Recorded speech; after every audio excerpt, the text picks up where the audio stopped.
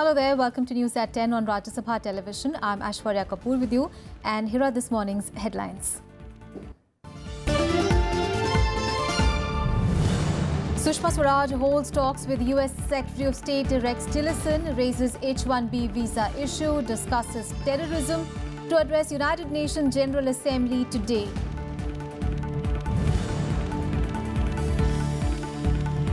Responding to Pakistani border firing, India's the Director General of Military Operations says Indian Army reserves the right to retaliate to any loss of life on its side.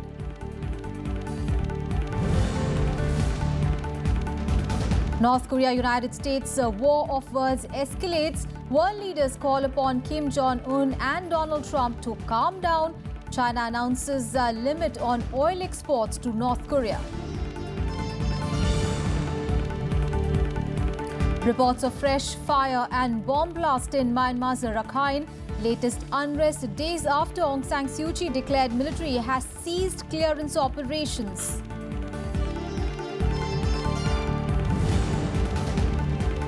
And heavy rains in several parts of North India. At least 4 people killed in Uttar Pradesh. Met Department predicts more rain in the next 24 hours.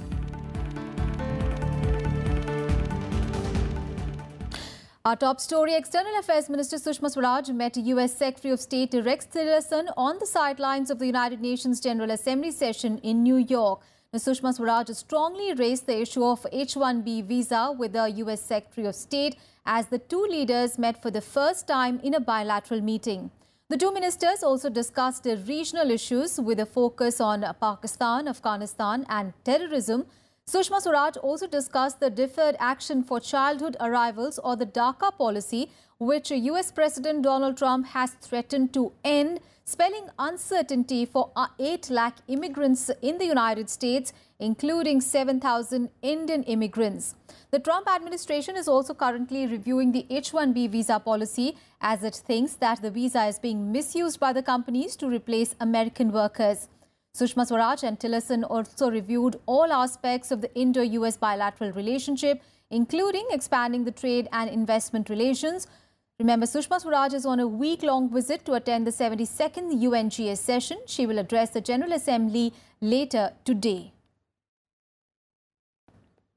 Two leaders reviewed all aspects of bilateral relationship, including economic, trade and investment and defense issues.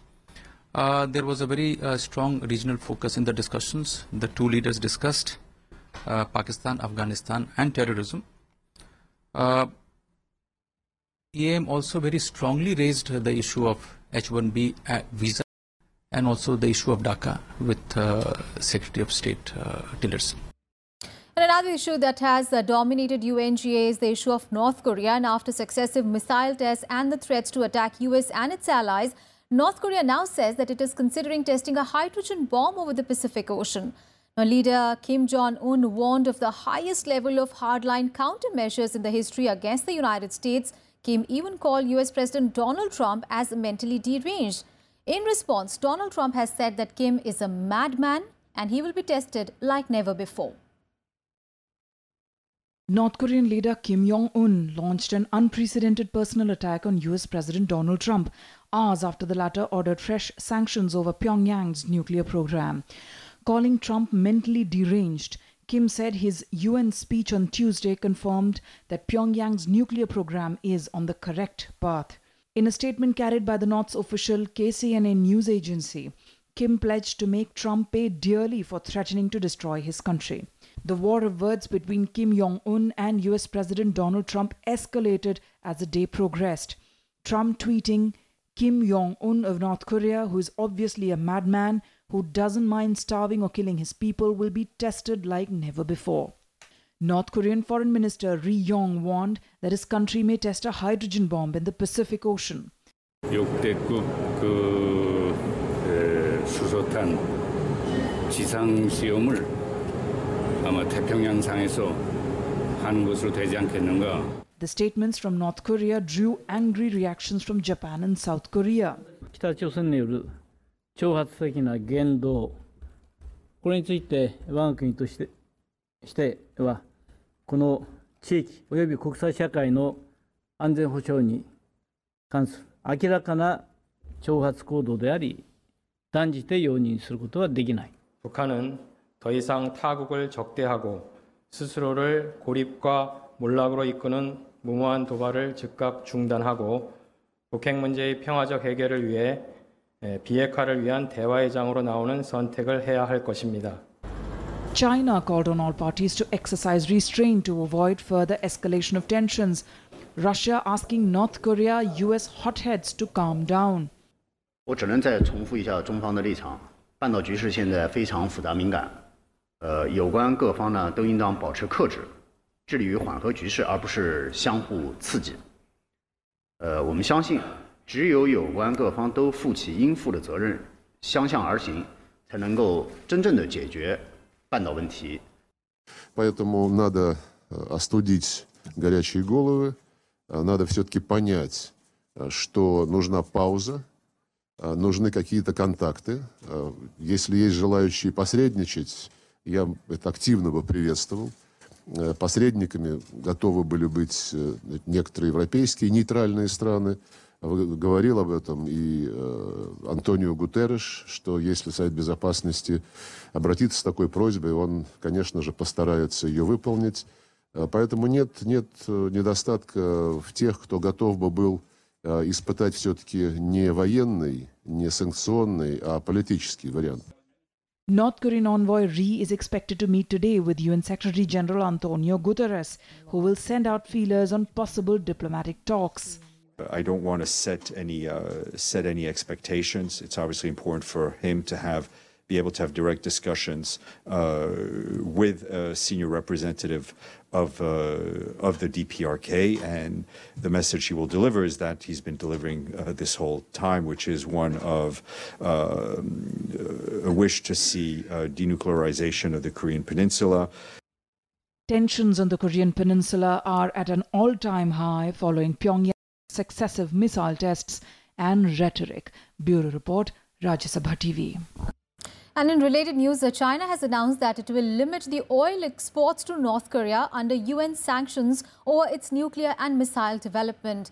Now, with this step, Beijing has further reduced support to Pyongyang, despite being its major trading partner, energy supplier and diplomatic ally. Exports of refined petroleum to the north will be limited to 2 million barrels per year, and the sales of liquefied natural gas also banned outright, effective from 1st of January next year. The current size of Chinese energy supplies to the north and how much that would be reduced were unclear. China also will ban textile imports from the north. Now, textiles are one of the north's last major source of foreign revenue. China accounts for some 90% of the North Korea's trade.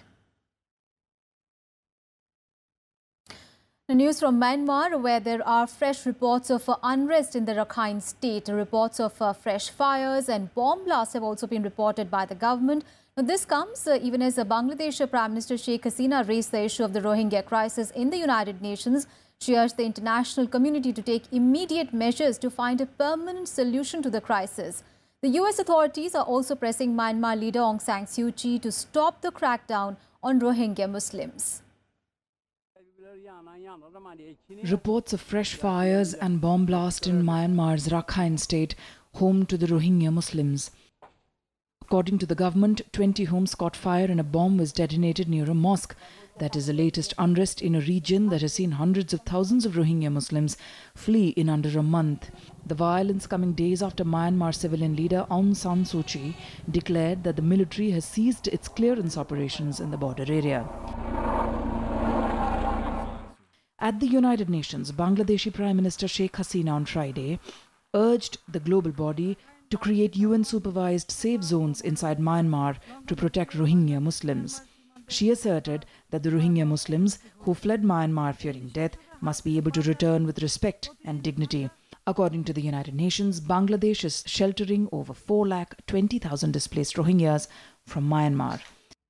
Rohingya সমস্যার স্থায়ী সমাধানে দ্রুত কার্যকর উদ্যোগ গ্রহণের জন্য আমি জাতিসংঘ এবং আন্তর্জাতিক সম্প্রদায়কে আহ্বান জানাচ্ছি।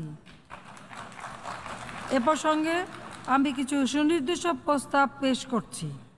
প্রথমত, অনতিবিলম্বে এবং চিরতরে মিয়ানমারের সহিংসতা ও জাতিগত নিধন নিঃশর্তে বন্ধ করা। দ্বিতীয়ত, অনতিবিলম্বে মিয়ানমারের জাতিসংঘের মহাসচিবের নিজস্ব একটি অনুসন্ধানী দল প্রেরণ করা। On the other hand, the United States is pressing Myanmar State Councillor Aung San Suu Kyi and its military leaders to stop the crackdown. We pressed her, we pressed the military. So we had two things happening. Secretary Tillerson did call her and did discuss the situation with her, but then also General Dunford is calling the head of the military to say, look, we've had a relationship with you, but this cannot continue and we need to know what you're going to do about it. Australia saying whether Aung San Suu Kyi can live up to the hope that was contained in her address to the nation remains to be seen. The world is now confronted with the fact that while we embraced a civilian government in Myanmar, who's actually calling the shots? And I fear that Aung San Suu Kyi may be taking the blame for matters that are outside of her control. And I know she made a national statement the other night, which contained some very hopeful messages, but whether she can actually implement that is another question. Global Food Charity Action Against Hunger has offered to feed at least 86,000 Rohingya refugees stranded on the Myanmar-Bangladesh border. And in a humanitarian gesture, Hindus in Bangladesh have decided to cut the expenses of the upcoming Durga Puja to set up a fund to provide relief to Rohingya refugees. Bureau Report, Rajya Sabha TV. News from Pakistan now. In a major jolt to ousted Prime Minister Nawaz Sharif, the country's top anti-graft body froze bank accounts and seized properties belonging to him and his family members. Sharif and his family are, remember, currently in London, and the National Accountability Bureau had already frozen the properties of Finance Minister Ishaq Dar for having assets beyond his known sources of income. Bailable arrest warrants have been issued for the minister, who is currently in London. Meanwhile, Pakistan's PMLN party-led government managed to pass a key clause in the election reforms bill in the Senate, paving the way for Nawaz Sharif to become the chief of the ruling party again. Remember, the Election Commission had disqualified Sharif as a member of the National Assembly after the Supreme Court's 28th of July verdict on the Panama Papers case. Sharif was also made ineligible to act as the president of his party, PMLN. And back home, in a strongly worded message to Pakistan, India's Director General of Military Operations on Friday made it clear that the Indian Army reserves the right to retaliate appropriately to any incident leading to the loss of life on the Indian side. These talks were initiated after continuous firing and shelling by Pakistani troops along the borders this week. Director General of Military Operations Lieutenant General A.K. Bhatt spoke with his Pakistani counterpart Major General Sahir Shamshad Mirza over the hotline on Friday afternoon. The Indian Army's DGMO conveyed to his Pakistani counterpart that the continuous trend of cross-border infiltration with active support of Pakistan has been impacting peace and tranquility in the border areas and affecting the internal security situation in Jammu and Kashmir. The telephonic conversation was initiated by Major General Mirza, who claimed the Indian Army was targeting Pakistani civilians in the Jammu sector. But the Indian DGMO highlighted that all ceasefire violations in the Jammu sector were initiated by Pakistani Rangers and BSF troops had only responded appropriately to them. The DGMO also reaffirmed that the Indian Army would like to maintain peace and tranquility along the LOC if there was a reciprocal effort from Pakistan. Jammu and Kashmir police arrested 2 militants involved in a terror attack on the Sashastra Seema Bal in Benihal area. A head constable of the SSB was killed and another Jawan was injured in the attack. Police also recovered arms and ammunition from them. They did a great job, and they finally identified the general area of Kaskut where they would be hiding themselves. And it took a lot of time, and within 30 hours they managed to nab them despite their resistance. Police has also evacuated over 700 border dwellers caught in shelling and firing by Pakistani troops along the international border in Jammu and Samba districts. 6 civilians were injured on Thursday as Pakistani troops targeted Indian border outposts and villages along the international border. Bureau Report, Rajya Sabha TV. News from Uttar Pradesh now. Prime Minister Narendra Modi is on a 2-day visit to his Lok Sabha constituency, Varanasi. A short while back, he visited Shahan Shahpur village, where he attended the Swachh Abhiyan program. He will also visit a cattle wellness fair. The Prime Minister will distribute certificates to the beneficiaries of the Pradhan Mantri Awas Yojana during the function.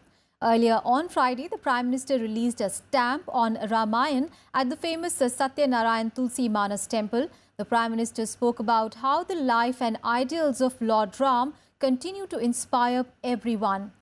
He visited the Durga Mata temple as well as the Durga Kund. And earlier, the Prime Minister dedicated to the nation the Deen Dayal Hastakala Sankul, a trade facilitation centre for handicrafts. The Prime Minister had laid the foundation stone of this centre in November 2014. He also flagged off the Mahamana Express through a video link. Now, this train will connect Varanasi with Surat and Vadodara in Gujarat. The Prime Minister also inaugurated 25 projects during the function, including 2 bridges on River Ganga. भाइयों बहनों, हर समस्या का समाधान आखिर विकास में ही है।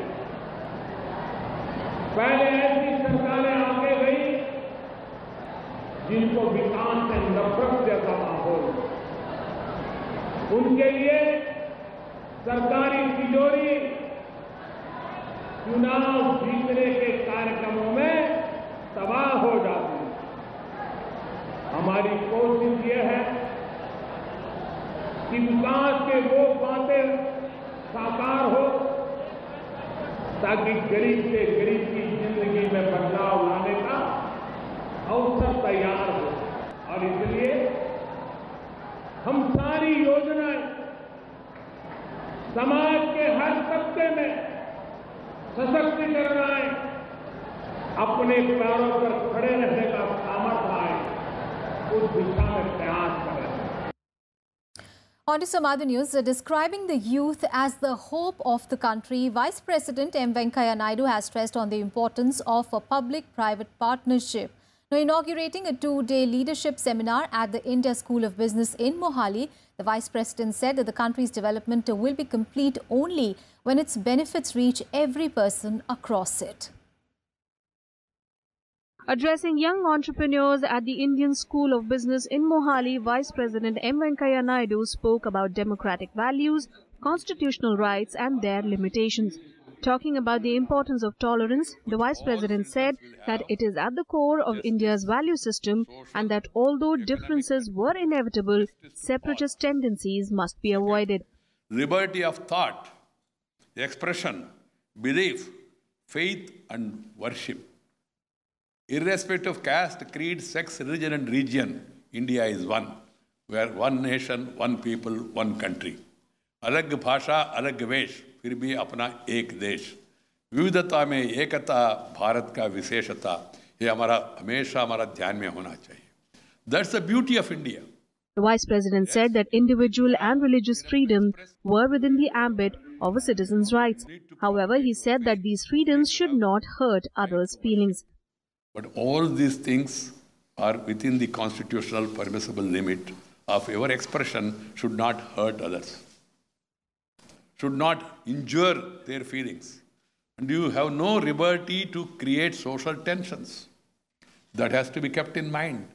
Saying that youth are the hope of the country, the Vice President also stressed on the importance of public-private partnership. He also said that the contribution of women was of utmost importance for development. We have a great tradition. Some people innocently say, no, this is all because of our philosophy, this Hindu philosophy, that nothing. See our philosophy, see our culture, see our Puranas. Women are given the highest importance. All the rivers in the country, important rivers at least, Ganga, Yamuna, Kaveri, Krishna, Narmada, Mahanadi, Tapati, all named after women only.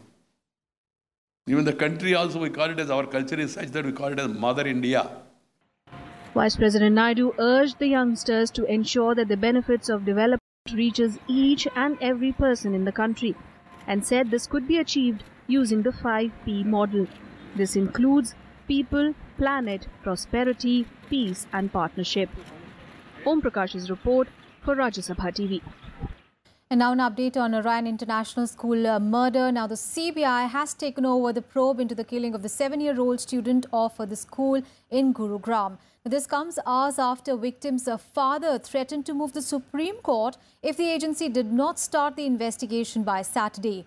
According to the procedure, the agency has registered the FIR of Gurgaon Police, which had been probing the matter. The CBI team also visited the office of the Gurugram's police commissioner to complete the formalities. Remember, the body of 7-year-old Pradhaman was found with his throat slit in the Orion International School, Gurugram, on 8th of September. Weather update now. Moderate to heavy rains lashed across several northern states of the country, including Delhi, Uttar Pradesh, Uttarakhand and Himachal Pradesh, triggering traffic jams and waterlogging. At least 4 people have lost their lives due to the heavy rains in Uttar Pradesh. The Met Department has predicted more rains in the coming hours. Heavy rains in the national capital has affected normal life. Commuters experienced a tough time as traffic came to a halt in many parts of the city.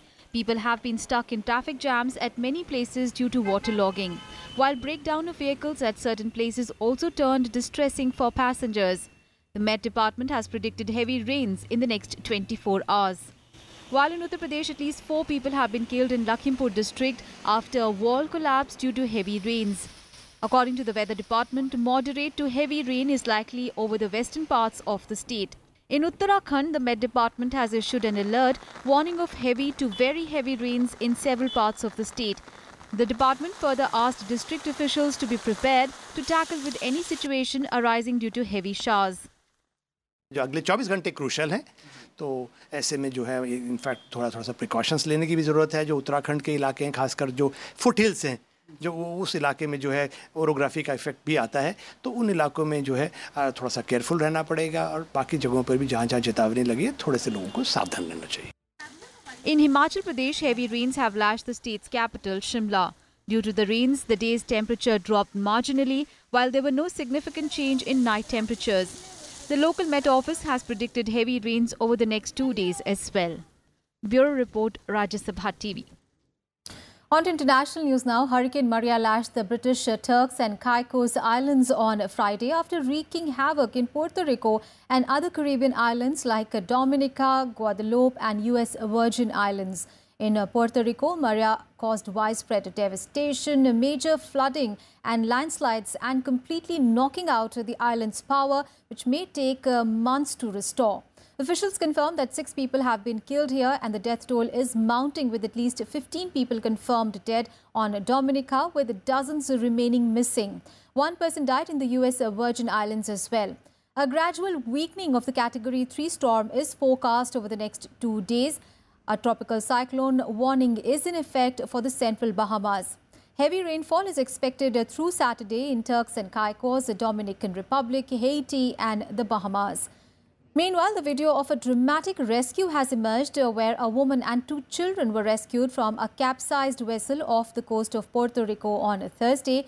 In a joint operation, the US Coast Guard and the British Royal Navy rescued the trip off after receiving a distress call.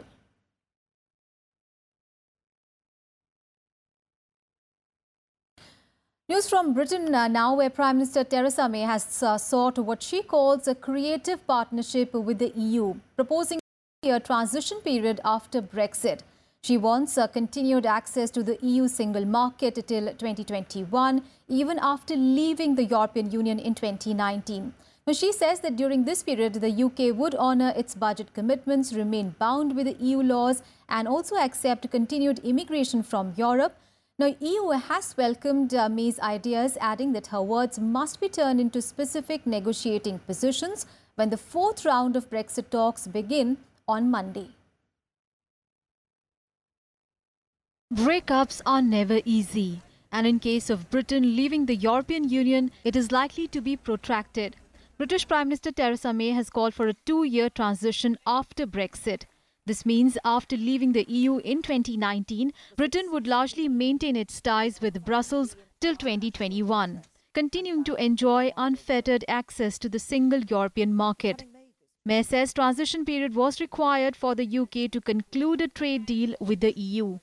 We want to work hand in hand with the European Union rather than as part of the European Union.